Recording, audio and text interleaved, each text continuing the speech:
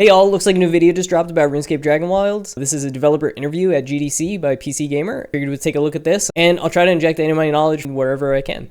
Let's take a look. We recently caught up with their senior community manager, Jake Blunt, at GDC to discuss Dragonwilds and RuneScape's enduring popularity. So Jake, tell me about the decision to transition, this next generation of RuneScape into the survival game. This is something that we've always had an appetite to do. RuneScape's Ironman mode is essentially a self-sufficient survival game in and of itself, where players are tasked with making everything themselves, starting from scratch. You're entirely reliant on your own survival. So we really saw the connection there between survival and RuneScape. Very, very satisfying to see the team bring this to life. That's a really interesting point. When I was playing Dragonwilds, I actually felt like it was an Ironman experience. It was actually pretty cool when my wife joined me in one of the later beta tests, where I was basically transferring the knowledge to her. It felt a lot like group Ironman mode. So yeah, it's like a really cool angle to look at it from. If you do want to play on your own, it's kind of like an Ironman, but if you're playing with other people, it's a lot more close-knit than just going to the Grand Exchange and buying things. You're like playing with the people that are part of your group.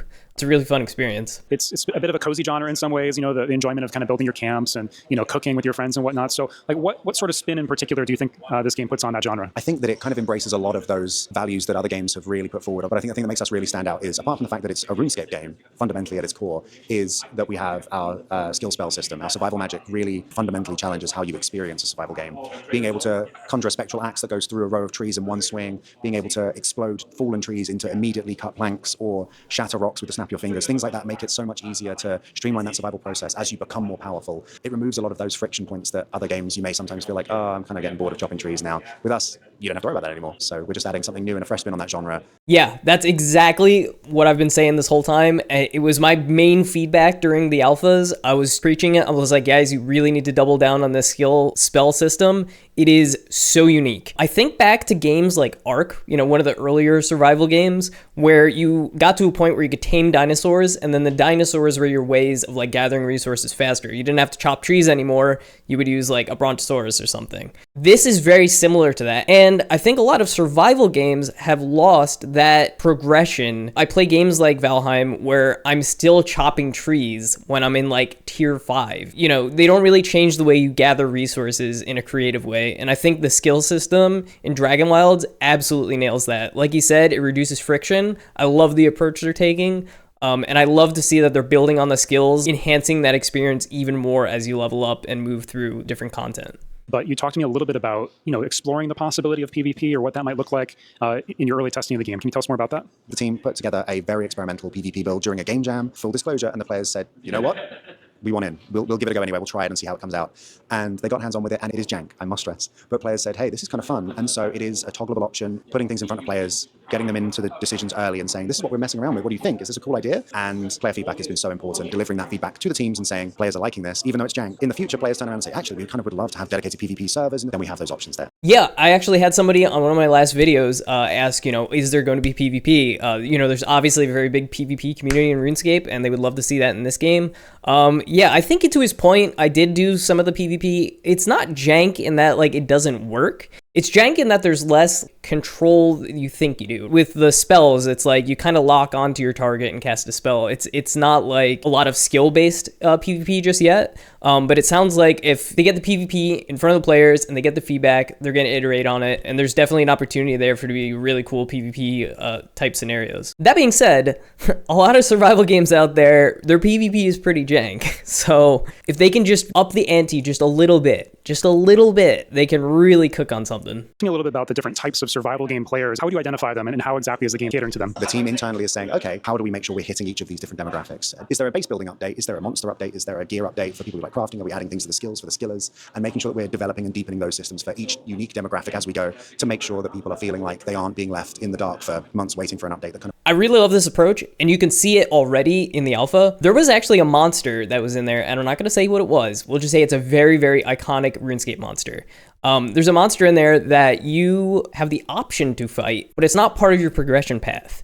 And I noticed as I was building things, the items that monster dropped weren't actually required in any of the building. And so there definitely is this separation of challenges for combat that won't affect your progression in like the building realm. I will say all of the progression that you do need to do in the building realm is all definitely achievable without going too heavy into the combat. These are the challenges that are easily done as part of like a main quest line that move forward your building and the whole game, but don't limit you because things would be a little bit too difficult, like that one monster. RuneScape has one of the longest histories in maybe all of games. What is the nature of its appeal for this many decades? It's a balance of very unique RuneScape-y humor. It's very lighthearted, it's very humorous, but it also has these incredible storylines and these incredible quests and narrative moments that players all remember their favorite quests. They talk about those stories, they talk about those moments. But also, it's a community, and it's always been a community, and we've always been very focused on working with players. I am fully leaning into us talking to players, and that is going to be at the core of Dragonwilds' DNA. Jagex doing right by the players and sticking to what makes RuneScape RuneScape. There's a couple things here. Obviously, the most important thing, and I keep saying this again and again, and he's saying it too, is that the community involvement is key. It is very noticeable. They are communicating in a way that other game development companies are not, and being able to rapidly iterate and come out with new features based on that feedback is going to be a key feature for them. Another thing here, he was mentioning quests. You know, quests are a unique thing, and there's a unique humor about RuneScape. You can definitely see that in Dragonwilds. Some of the quests I've done are pretty memorable, and you can see the humor come through. There's some dialogue that the NPCs say that really, it just speaks to that whole RuneScape humor and